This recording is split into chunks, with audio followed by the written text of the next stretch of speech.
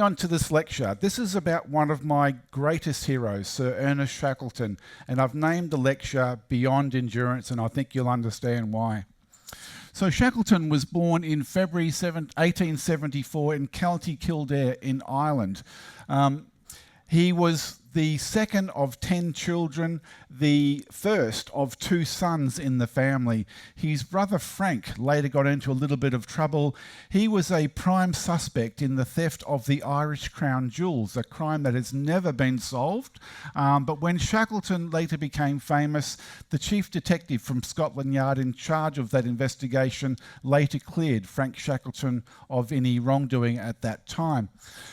At the age of 10, the father moved the family to London. The father had initially been a farmer in Ireland, and then he'd taken the exams and passed all those to become a doctor. And he thought there'd be more opportunities for becoming wealthier in London. But the family never did become very, very wealthy at all.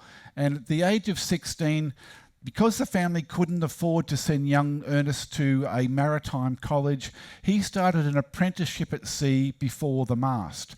Now that means that back in those days, sailing ships, the main mast was in the centre of the vessel, and if you were to sling your hammock forward of the mast, before the mast, it meant that you were either a junior sailor or that you were a cadet officer in this case. If you had you slung your hammock after the mast, that was the officer country, or where the senior sailors used to put their hammocks as well. So he started off very, very low in the pecking order. But over the next few years, he did all these studies. He travelled all around the world with the British Merchant Navy, and at the age of 20 he passed his exams to become a second mate. He kept on studying, and 4 years later he passed all of the qualifications to become a master mariner, which meant that he could take command of any British commercial vessel anywhere in the world. But it was a role that he never actually took up in real life. Now, in 1900, he was part of a voyage that was taking reinforcements to South Africa from England as part of the Boer War. He was second mate on this ship, and he met a young army officer by the name of Cedric Longstaff. They became very good friends, and young Cedric gave Shackleton a letter of introduction to his father, a man by the name of Llewellyn Longstaff, who was a very wealthy industrialist at the time. When Shackleton met the elder Longstaff, Longstaff was very impressed by the attitude and the demeanour of young Ernest Shackleton, so he in turn wrote a letter of introduction to another man by the name of Sir Clements Markham, who was the president of the Royal Geographic Society at that time. Now, mainly because Longstaff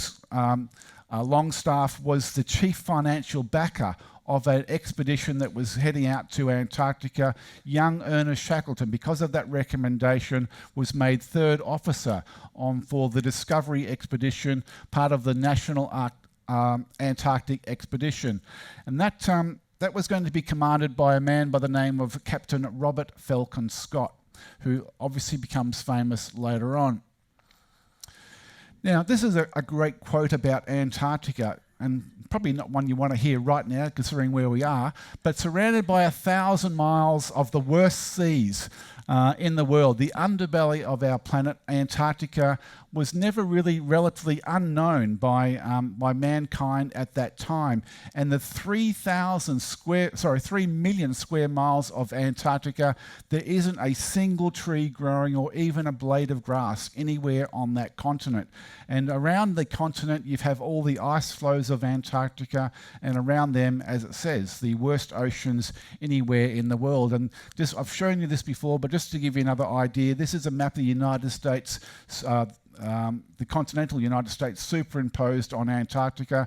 So Antarctica is almost twice as big as the continental US, and as I said, around that you've got all the ice flows as well.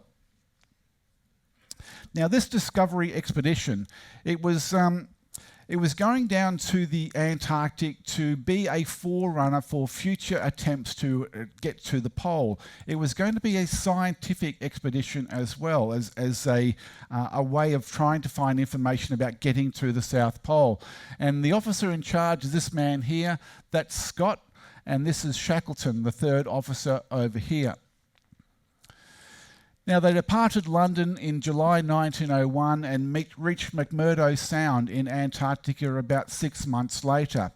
Now, this was not a naval vessel, but Scott was a naval officer, and he made everybody on board sign the Royal Navy Discipline Act, so that the whole crew was now going to be under the discipline of the Royal Navy, which meant that people had to salute officers. Officers were called sir. You ate in different areas of the ship, the officers in the wardroom and the other men around other parts of the ship. Now, this was completely foreign to Shackleton, who had been brought up in the merchant navy where things were much more relaxed. So he spent a lot of time with the ordinary sailors aboard the Discovery. His role on the voyage was to be the supply officer, make sure there was enough supplies and they were in the right place. But he was also the entertainments officer. They put on pantomimes and plays for people. But he became the most popular of all the officers on board with the men. But he was also quite popular with Scott. Scott apparently thought fairly highly of Shackleton. And when they got to Antarctica, Shackleton was part of the very first balloon flight ever held in Antarctica to try and survey the surrounding countryside of Antarctica. And he was also involved in the very first sledging party that they sent out to try and learn how to use these dogs. Because remember, these Englishmen had never used dog sleds before. None of them had ever been to the Antarctic before. So it was all new to them all. And then he was also selected along with a man by the name of Edward Wilson to accompany Scott on this trek out, trying to reach as far south as possible to try and find out information about getting to the pole. So the three of them set out on the 2nd of November 1902. Now, they did set a record for going the furthest south. In fact, they went 300 miles further than anyone had ever gone before. But this was still 480 miles from the South Pole, so still a long, long way away. And disaster struck. They became quite ill. All of them, because they didn't have any experience, suffered from snow blindness at times. They all got frostbite. But Shackleton also developed scurvy. And that really affected him drastically. He became very, very ill. It got to the point where he could not literally pull his own weight. They had taken dogs with them on this expedition, but they didn't know how to use these dogs, and they actually fed them tainted meat, so one by one those dogs passed away. So now they had to man-haul these sleds by themselves. So Shackleton didn't have the strength to be able to pull his sled, so they had to transfer his gear to the other sleds, and on one occasion, for a period of a couple of days, Shackleton himself had to lie on the sled as the others dragged him along. Now, this didn't go down all that very well with Scott and Wilson, and they thought that he should have, to give them the best chance of survival, he should have sacrificed himself. But they were lucky. They reached a storage depot, the food depot that had been placed there for them, and they were actually able to get back to the base on the 4th of Feb 1903. And this is the way they looked when they got back. Their faces just covered from frostbite. Now, there'd been a falling out during this trip between Shackleton and Scott, and Shackleton was immediately sent home on the next ship, whereas Scott and Wilson and the others stayed behind to spend another winter in Antarctica to do some more scientific experiments. So when Shackleton got back to England, he was quite the celebrity because he'd been part of this party to set this record of furthest south. So he started doing speaking engagements engagements and newspaper interviews, etc. And he was always extremely complimentary of Scott when he did these interviews. But he was very, very disappointed when Scott came back and he printed his book, or he published his book, The Voyage of Discovery. And in this book, Scott goes out of his way to criticise Shackleton, saying that he had been a burden on this sledging party as they'd gone. Wilson himself came out, was even more blatant, saying that Shackleton should have sacrificed himself to help the others survive this journey, and they were only lucky that they came across this food depot in the nick of time. So reading between the lines, Scott was very, very critical of Shackleton for not doing that. Other people read that book, of course, and on his next trip down to the South Pole, where 5 men, along with Scott and 4 other men, were able to reach the South Pole finally, only to discover that Roald Amundsen had been there a month earlier and had been the first to reach the South Pole. As they were coming back, a man by the name of Captain Lawrence Titus Oates became ill with frostbite and scurvy, and he had read this book. He knew what it was expected of him, and on his 32nd birthday, during a blizzard in this tent, he said, "I am just going outside and maybe some time." He had deliberately gone off to his death so he wouldn't be a burden on the others. Scott wrote in his diary, which was later found, "We knew that poor Oates was walking to his death, but though we tried to dissuade him, we knew it was an act of a brave man and an English gentleman." That was what was expected. Now, the publisher of that book, The Voyage of the Discovery, caused a lot of friction between Scott and Shackleton, but it was always going to work in Scott's favour, not Shackleton, because of Markham. Now, Markham, as I said, was the president of the Royal Geographic Society. He had a lot of pull, a lot of power. He considered Scott to be almost like a son. So if any money or any support was going to go to anyone, it would always go to Scott above Shackleton. Shackleton wandered around, didn't have a lot to do for several years. He tried to join the Royal Navy, but they told him, "We've got a surplus of officers, we don't need anyone else," so he was rejected. He tried to become a journalist, but he wasn't very good with it, and he failed in that. He was president of the Royal Scottish Geographical Society for some time, but it was really an honorary position. It didn't make a lot of money. And then in April 1904, he married Emily Dorman, and they had 3 children together. And then he tried to go into politics, and during the 1906 general election, he ran for an office of MP, a Member of Parliament, but he was unsuccessful. He didn't get elected. And then he met the industrialist William Beardmore, who later became Lord Invercan, and he started working for Beardmore, who was a very wealthy man. And because of his celebrity, Shackleton's role was basically to meet and greet people, guests of Beardmore, to take them out and show them around things, just to be a general dog's body. It wasn't really a responsible position, but it paid a few of the bills, and it gave him contacts with a lot of people as well. But he really wanted to return to Antarctica, and he got the blessing of Beardmore to provide some sponsorship money to go back to Antarctica. He needed to raise a lot of money though.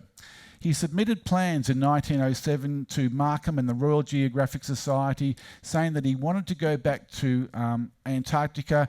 He wanted to try and be the first person to reach the South Pole, but there's going to be a dual focus. He wanted to also to be the first people to reach the magnetic North Pole, which is in a different location altogether. Now, he didn't receive any support at all from the Royal Geographic Society. People expected, even though Scott had not said that he was going back to the Antarctic, people expected that he would. And so Shackleton got no support from the Geographical Society, and thanks to Markham, he also got no support from the British governments whatsoever. They thought the budget, or Shackleton proposed that the budget be around about £17,000, which in today's money is about £1.65 million, which obviously a lot of money for that time. But this was way under. This was very much way under what it should have been. So the whole expedition was rushed, it was poorly planned. They had to use obsolete equipment. They took people with them that didn't really have any experience along the way as well. Even the Nimrod, the ship that they picked, was only around about half the size of the Discovery that Scott had taken a few years before. The final budget ended up being around about 3 times the size that Shackleton had proposed, so he got into a lot of debt and had to pay that debt back over a few more years. And before they left on the 12th of February 1907 aboard the Nimrod, but before he left, he had to make a promise to Scott. There was a lot of pressure put on Shackleton from a lot of different parties to promise Scott that he wouldn't go back to McMurdo Sound, where Scott had set up his base before. Even though Scott had not announced any plans to go, he had to make this promise to Scott. But they went to Antarctica, and they sailed into a bay that they expected to be able to use as a base. Ironically, it's a bay where Amundsen later used. But when they went there, they found that the bay was full of whales and it was full of ice. They couldn't land anywhere. So reluctantly, as the weather was closing in, with pressure from his men, Shackleton broke his word to Scott, and they sailed into McMurdo Sound on the 29th of January. But they set up his campsite, or his hut, 16 miles from where Scott had originally set up his campsite. Now, as I said, this was a two-pronged attack. They wanted to try and reach the South Pole, but also the magnetic South Pole. So a group of men went out to try and reach the magnetic South Pole. They became the first people to summit Mount Erebus, which is the southernmost active volcano in the world. And on the 17th of January 1909, 3 men, Dr. Edgeworth David, and another Australian, Douglas Mawson, who later became the most famous Australian Antarctic explorer, and a Scot by the name of Alistair Mackay, reached the magnetic North Pole. So a pretty auspicious occasion. So 125 years exactly to the day that the people reached the magnetic South Pole for the very first time. Many of you became Order of the Drake as well, so congratulations. But the real goal was to try and get towards the South Pole, get as far as possible towards the South Pole, if not reach the South Pole. So Shackleton chose 3 men, a man by the name of Frank Wild, and another 2 men, Marshall and Adams, and they set off from the hut. They trekked across the Ross Ice Shelf, and they came to what's known as the Beardmore Glacier, and named that after their chief financial backer, Beardmore. Now, they worked out that they would have to go 1,494 nautical miles to get to the South Pole and back again. And they worked out that it would have to take them 110 days. Now, when they worked that out, it wasn't based on how many miles they would do per day. It was based on how much food that they could carry, and that was all it was about. They could only carry enough food for 110 days. They set off on the 29th of October 1908 and trekked towards the South Pole. Now, as I said, they named the Beardmore Glacier, and then they reached the part where they'd gone past where Scott had been. They set a record for further south, and they kept on going. And they got within 100 nautical miles of the South Pole. That was one of the goals of Shackleton. He wanted to get within 100 miles, so they went a few miles further, and he got within 97 miles of the pole. But by this time they had travelled 73 days. They only had food for 110 days. So he had a choice. He could either make a rush for the pole and try and become the first person to reach the pole, which would probably take 6 or 7 days to do that and then get back to where they were now, or he could just take his wounds and say, let's try again some other time, and turn around and go back. He chose option B, and he decided to protect his men and turn around and go back. It wasn't all that important to him.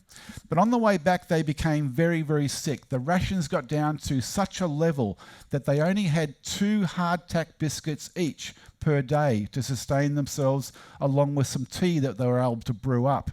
And Wild especially became very, very sick during this journey back. One morning he didn't have the strength to get out of his sleeping bag, so Shackleton gave him one of his hardtack biscuits. So that was half a daily ration to Wild for that. And Wild later said all the money in the world, or ever money that was ever minted, would not have bought that biscuit. And the remembrance of that sacrifice will never leave me, and it never did. The fact that he would give up half of his daily ration to help a comrade was something that Shackleton often did, and was very well respected by his men. And that allowed Wild to get up and continue on, and they were lucky that they made it back. Once again, they found a food depot that had been put out for them.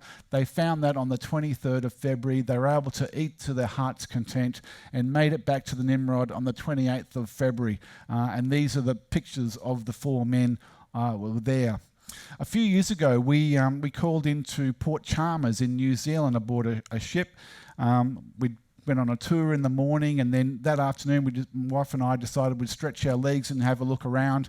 It was a Sunday, so there wasn't much open. We went for a drink at the pub, and on the way back I noticed that the Maritime Museum was open. I thought, oh great, we'll have a look in there. Wife wasn't quite so enthusiastic about it. And in there they had a nice little display about Shackleton and his journey aboard the Nimrod, because they'd called into Port Chalmers on the way down and on the way back from Antarctica. And as I said, I was looking around, having a pretty good time. My wife, Lee, was following me about half a step behind, her eyes just boring into the back of my head. And every 30 seconds I'd hear, which, gentlemen, is international code for, hey, dummy, you realise this isn't a shoe store, let's get out of here, okay? So discretion being the better part of valour, I said, okay, let's go. We walked up to the front counter, thanked the volunteer on duty. I picked up a brochure from the counter, and we were walking back to the ship, and I was looking through this brochure, and I saw a photo, and I stopped, and Lee said, what is it? And I showed her the photo. And without saying a word, we just turned around and went back to the museum, and we showed it to the volunteer and said, where's that? And he said, I've been working here 4 years, I've never seen it. It could be anywhere. It could be upstairs, it could be in storage, I don't know. So the three of us searched through this museum for about 10 minutes, and it was Lee that actually found what we were looking for up a little corridor, dark corridor, and it was behind some paintings that had been stacked up against a wall, and it was the life buoy of the Nimrod. The photo had shown Shackleton presenting that to holding this himself, presenting it to the mayor of the Port Chalmers as a thank you for the assistance that the city had given them. And so to be able to hold this, something that my hero had held 100 and something years before, was absolutely fantastic. It wouldn't really work very well as a lifebuoy anymore. It's very, very heavy. It takes someone with superhuman strength to be able to lift it.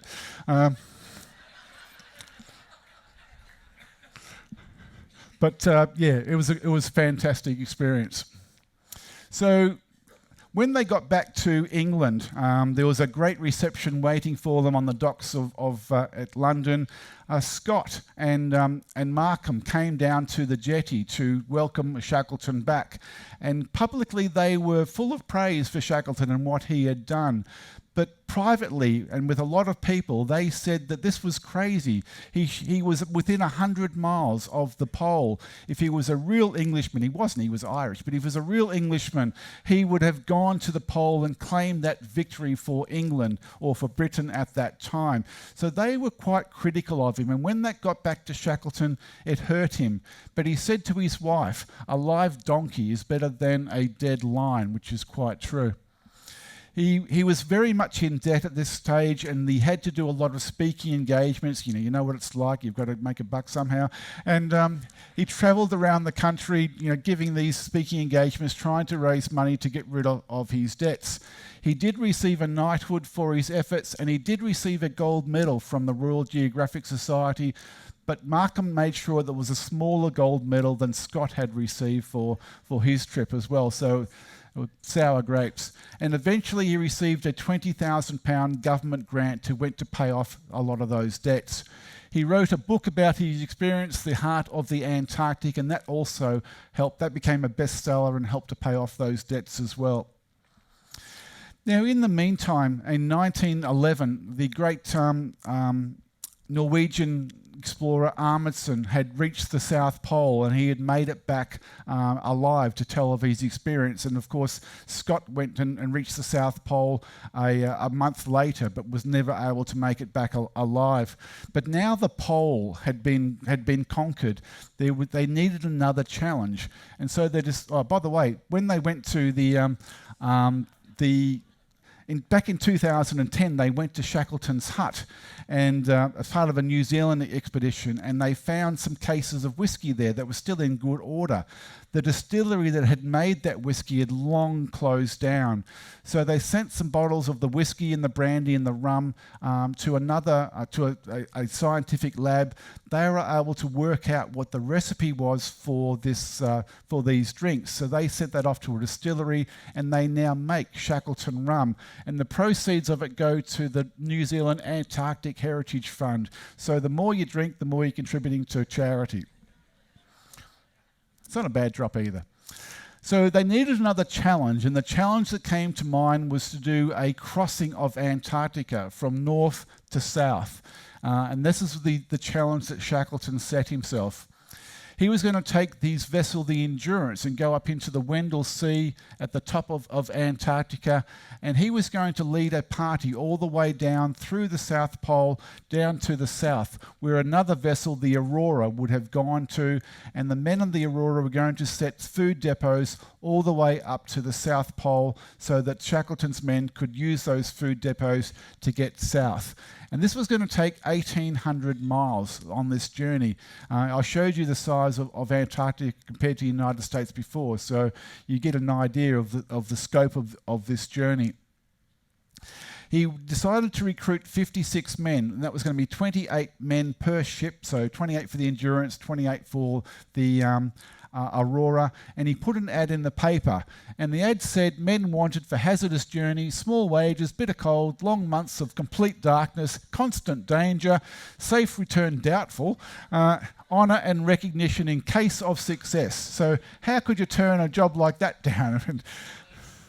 But he had more than 5,000 applicants for the position on this role, including 2 applicants who were ladies, and they said in their application that they were very sporty ladies. So, but unfortunately for everyone, they didn't get to go. But they chose his men, and I just wanted to introduce you to a few of those men. And they're all Franks. There's more Franks in this story than at a German delicatessen, I can tell you.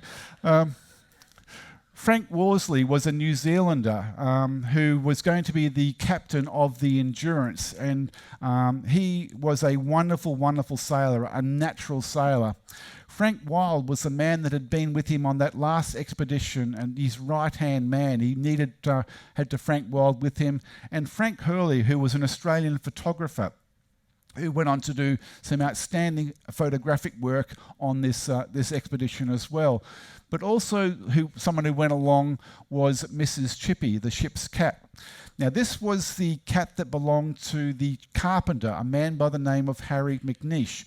And because he was the carpenter on a ship is a Chippy. Because he was the Chippy, the cat became Mrs. Chippy. Even though this was a male cat, it chose to identify as a Mrs. Chippy, if you like. Not that there's anything wrong with that, okay? And so the cat came along as well. So just before they left on this journey, World War I broke out, and most of the men thought it was their patriotic duty to sign up and go to the front lines to serve Britain. But the First Lord of the Admiralty, Winston Churchill, said no, it would be much better for the morale of the country if you succeeded in what you were doing, and much more valuable than having another 56 men on the front lines. So they were told to sail, and they sailed on the 8th of August 1914. They came down, reprovisioned at South Georgia, at the whaling station there, and while they were there, they met some Norwegian sealers and whalers, and they told Shackleton that this year was particularly cold and that the ice had come way further north and there was a lot more ice than any other year they'd seen before. And they recommended to Shackleton, don't go, just delay it for a year and try again next year. You won't be able to make it this year. But Shackleton didn't have the money to be able to wait. He had to keep going. So they sailed out and headed down into the ice. And we all know what happened. On the 19th of January 1915, the Endurance became trapped in the ice. Now, when in that ice all shifts. It moves around in great hundreds of miles. So all those ice flows move around. With the Endurance trapped in there, they moved as well along with that ice. And these are some of the great photos that Frank Hurley took during that time, which have become institutional photos. Some of the men exercising on the ice. So that's Hurley taking some video or some film footage of what they were doing. And there was lots of photos. Now, unfortunately, later he had to destroy most of the photos, the plates of the photos, to be able to get back. But some still survive today. Now, they got trapped in the ice on the 19th of January, and they expected to be able to work their way out eventually, but it never happened. They stay stuck in the ice, and on the 15th of November, the Endurance sunk and was lost from sight forever. Well, we thought that. Now, the men tried to take the ship's longboats, the 3 ships' longboats, and work their way to the coast to try and make it to some other land. But they were too far away from that coastline, and this was too arduous trying to drag these heavy boats with them. So eventually they had to stop, and they set up what was known as Patience Camp from November until April 1916. And every day they'd take astronomical or use a sextant to take readings of where they were and how far they were moving towards the coastline of Antarctica. And this is another one of Hurley's photos at that time with Shackleton and Wild beside their tent there. Now, in the meantime, Shackleton gave orders that the cat, Mrs. Chippy, be destroyed because he didn't think it was fair for a cat to be running around in the snow like this. When McNeish found out about that, he was absolutely furious. He loved that cat. He went to Shackleton and he abused Shackleton. He said that you shouldn't be the captain. This is what you've done to us. We're now not on the ship, we're on the ice. You haven't got the right to command us. We need someone else to take command. Now, if this had been the Royal Navy, that would have been in mutiny. And Wild himself wanted to shoot McNeish for this. But because of the dispute between McNeish and Shackleton for the rest of their lives. Now, eventually they did get near to the sea, and the ice started to break up. So they had to get into their 3 boats and try and make for the nearest land, which was Elephant Island. Now, they were still going through those ice flows there, and you've seen some of the winds down here. They get a lot stronger than what we've seen over the last few days, a lot stronger. And those winds propel those sheets of ice and icebergs very quickly across the ocean along with the currents. So they had to be very careful trying to maneuver their way through, trying to avoid these icebergs from hitting them along the way. The night before they reached Elephant Island, there was a huge storm, and all 3 boats were separated. All the boats thought that the other 2 boats had capsized and that they were the only ones left. So they were very happy when dawn broke and they saw the other 2 boats in sight, and they eventually made it to Elephant Island, travelling 5 days, 346 nautical miles. And the credit for that expedition went to Frank Worsley, because he was a brilliant navigator. He got them to the island. And when they stepped foot on that island, that was the first time in 497 days that they set foot on solid ground at all. But they knew that there was no one going to come and rescue from Elephant Island. There was no sealers went there. There was no possibility of a passing ship ever coming by. So if they were going to be rescued, they had to take action themselves. So, oh, by the way, on the way, Frank Hurley, the photographer, lost his mittens, and Shackleton gave him his mittens, and Shackleton later became frostbitten from that as well. Another sacrifice he made. But they knew they had to try and save themselves, and the only way they were going to do that is to try and get to the nearest settlement, which was on South Georgia Island. So they got the strongest of the boats, and using McNish, the carpenter, they modified it. They put a cover over the top of it, and they sealed that with a tarpaulin, and sealed that with paraffin wax and seal blood that they'd got from the local seals. And then they lined the bottom of the boat with rocks, these big rocks, to give more ballast to the boat, make it more stable, and they could move that ballast around as per the sea conditions at that time. But that meant that they were now constantly standing or kneeling or crawling or laying on these rocks that were moving all the time as this boat moved as well. And over a period of time, they created blisters and bruises and pressure sores from these rocks, just standing or lying on these rocks. Now they took off to cover this 800 nautical mile trip to South Georgia. There was going to be 6 men: Shackleton himself, the captain, Frank Worsley, the captain of the Endurance, Tom Crean, who was a naval officer and begged to be able to go along, 2 of the strongest men, a man by the John Vincent and Timothy McCarthy, and also the carpenter, Harry McNish. And there was 2 reasons for this. If some damage had been done to the James Caird, the ship that they were going to take, the boat that they were going to take, he might be able to repair it. But also, Shackleton didn't want to leave him back there with Wild, because he would upset Wild, and Wild would have probably shot him along the way. So they set off on the 24th of April 1916. The James Caird is only a 20-foot boat, a tiny little boat. There's actually a replica of it when we get to Punta Arenas, where there's a place there that you can go on a tour to. They've got a replica of the Victoria, the first vessel to circumnavigate the world, the Beagle, the ship that Darwin was on, and also the James Caird. So you can go along and see these full-size replicas there. It's really good. But 6 men in a 20-foot boat, along with all their equipment and food, for 3 weeks. They only took 3 weeks' food because if they were going to take any longer than that, they were going to be dead anyway, so there was no point taking any more. Now, if you ask any navigator anywhere in the world, they will tell you that this is the most remarkable feat of navigation ever undertaken by any navigator ever.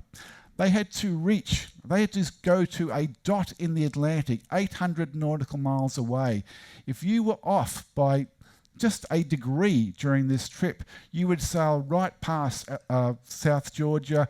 You and your companions would die, but the 22 men back on Elephant Island would also eventually die as well.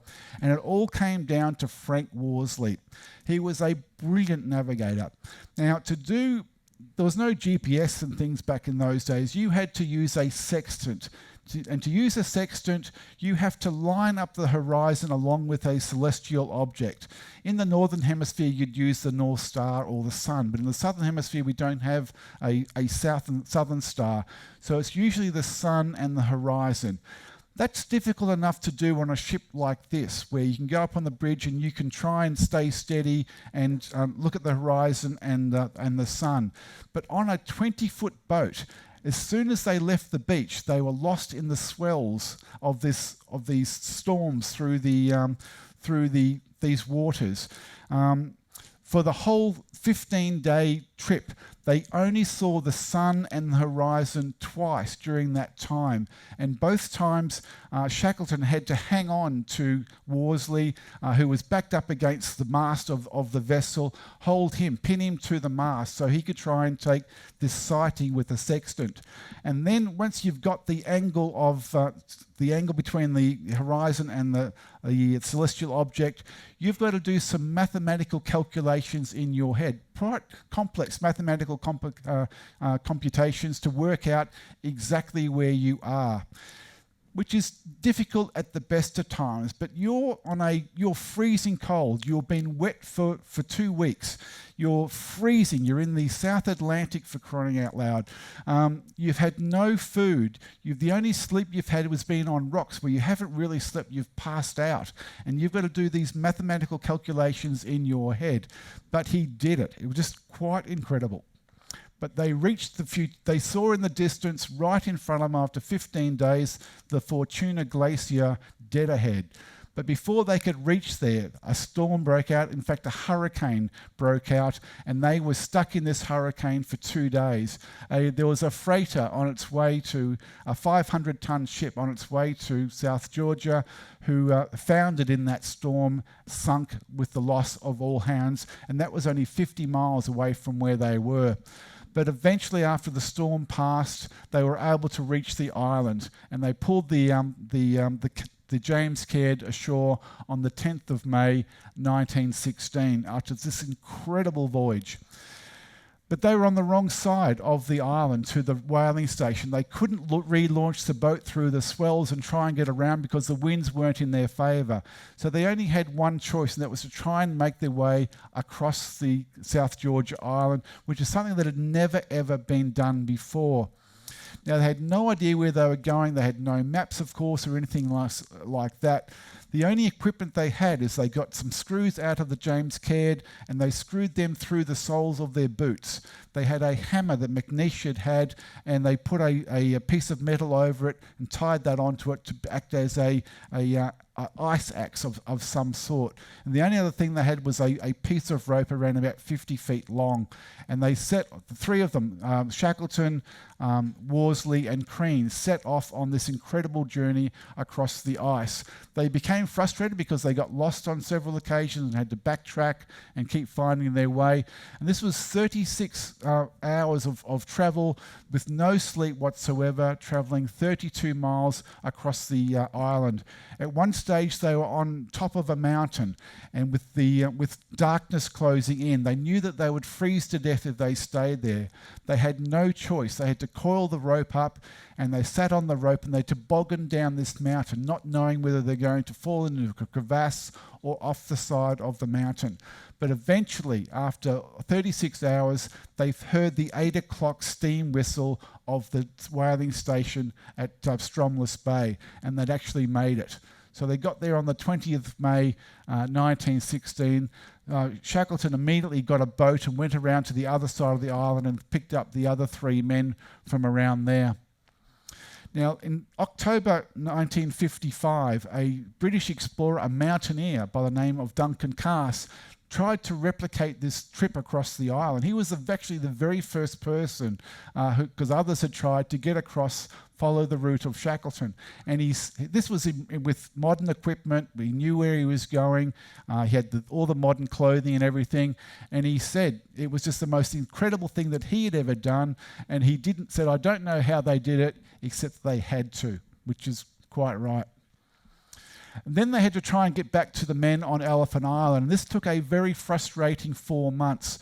Ships tried to get there, but because of the weather, they couldn't get close. And the British eventually begged the Chilean government to lend them their most stable vessel, which was a tug. And they took that tug and they reached the Elephant Island on the 30th of August 1916. Shackleton was on that vessel, and he and Worsley looked through binoculars and saw the men one by one coming out from under the boats that they slept under, and they were so relieved that all 22 men were still alive. He hadn't lost a single man.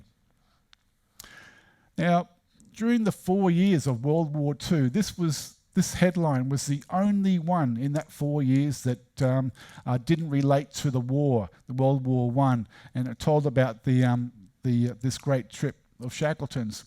Now, Frank Worsley, he went back to New Zealand, but the war was still going, so he went to England. He volunteered for the Royal Navy Volunteer Reserve. He received a Distinguished Service Order for an expedition he went on to rescue some British soldiers that were trapped behind enemy lines and bring them to safety. He was the commander of a minesweeper in the English Channel, and he earned another DSO when he saw a German submarine on the surface. His ship wasn't armed, so he rammed that German submarine and sunk it. He was able to rescue the captain and all the crew, and later on he became friends with that German captain. That captain emigrated to New Zealand, and they became neighbours for the rest of their lives. But he went to England during World War II and volunteered again, and the Admiralty turned him down, saying he was too old. So he got all of his friends who were quite influential to write to the Admiralty on his behalf. And in the museum in Akaroa in New Zealand, there's a funny letter from a very frustrated Admiralty official. And in that part of that letter, it's saying that, we've got your records from World War I, remember, and you're not 59, you're actually 69. But he died of cancer in 1943, one of New Zealand's great heroes. Frank Hurley, the photographer, became the official Australian photographer during World War I and also World War II. He took some magnificent photographs. He was one of the pioneers of time-lapse photography as well. So he had a wonderful career. Frank Wild, he went on to go with Shackleton on another expedition, and also with other expeditions with Mawson to Antarctica as well. But he became a bit of a recluse. He got into drinking, and he died in South Africa. Shackleton, he went back to England. He also earned, he joined the army, was promoted to major. He also earned a DSO when he was part of that expedition to rescue those British soldiers behind enemy lines. After the war, he wanted to go back to do more exploring, and a wealthy man, newspaper boy by the name of Rowlett, decided to give him some money. This expedition was a bit of a shambles. They were supposed to go to the Arctic first off, and then they changed at the last minute to the Antarctic. So it was a bit of a mess, a bit of a mix-up. But in 16th of September of 1921, Shackleton was involved in the very first talking picture in Great Britain, and then they left on the 21st of September aboard his vessel, the Quest, and as you can see, it's sailing out of London. They got down to South Georgia Island, and they're repositioning there, but on the 4th of January, Shackleton had a massive heart attack, and he died the following day. He's buried on South Georgia Island. One of his men once said, "I think this is as the boss," which was the way he was known to all his men, would have had it himself, standing lonely in an island far from civilization, surrounded by a stormy, tempestuous sea, and in the vicinity of one of his great exploits. Now, in 2001, they buried the ashes of Frank Wild beside him there to the right-hand side of the grave there, and the inscription just says, "Frank Wild, Shackleton's right-hand man." Now, 5th of March 2022, the Endurance was found, and it was found by a man that a lot of you would have met yesterday, Menson Bound, who was a Falkland Islander. He's written a great book about that, Finding the Endurance, so recommend you have a read of that. Some of you have got it here today. But Roald Amundsen instead of Shackleton. So Ernest Shackleton's name will always be written in the annals of Arctic exploration in letters of fire. But probably the best quote I've ever heard, and probably the best way I'd finish this presentation, is a quote from a man who was a contemporary of these men. His name was Sir Raymond Priestley. He was once asked during an interview about the relative merits of the three great explorers of that time. And he said, Scott for scientific method, Amundsen for speed and efficiency, but when disaster strikes and all hope is gone, get down on your knees and beg and pray for Shackleton. So ladies and gentlemen, thank you very much. See you around the ship.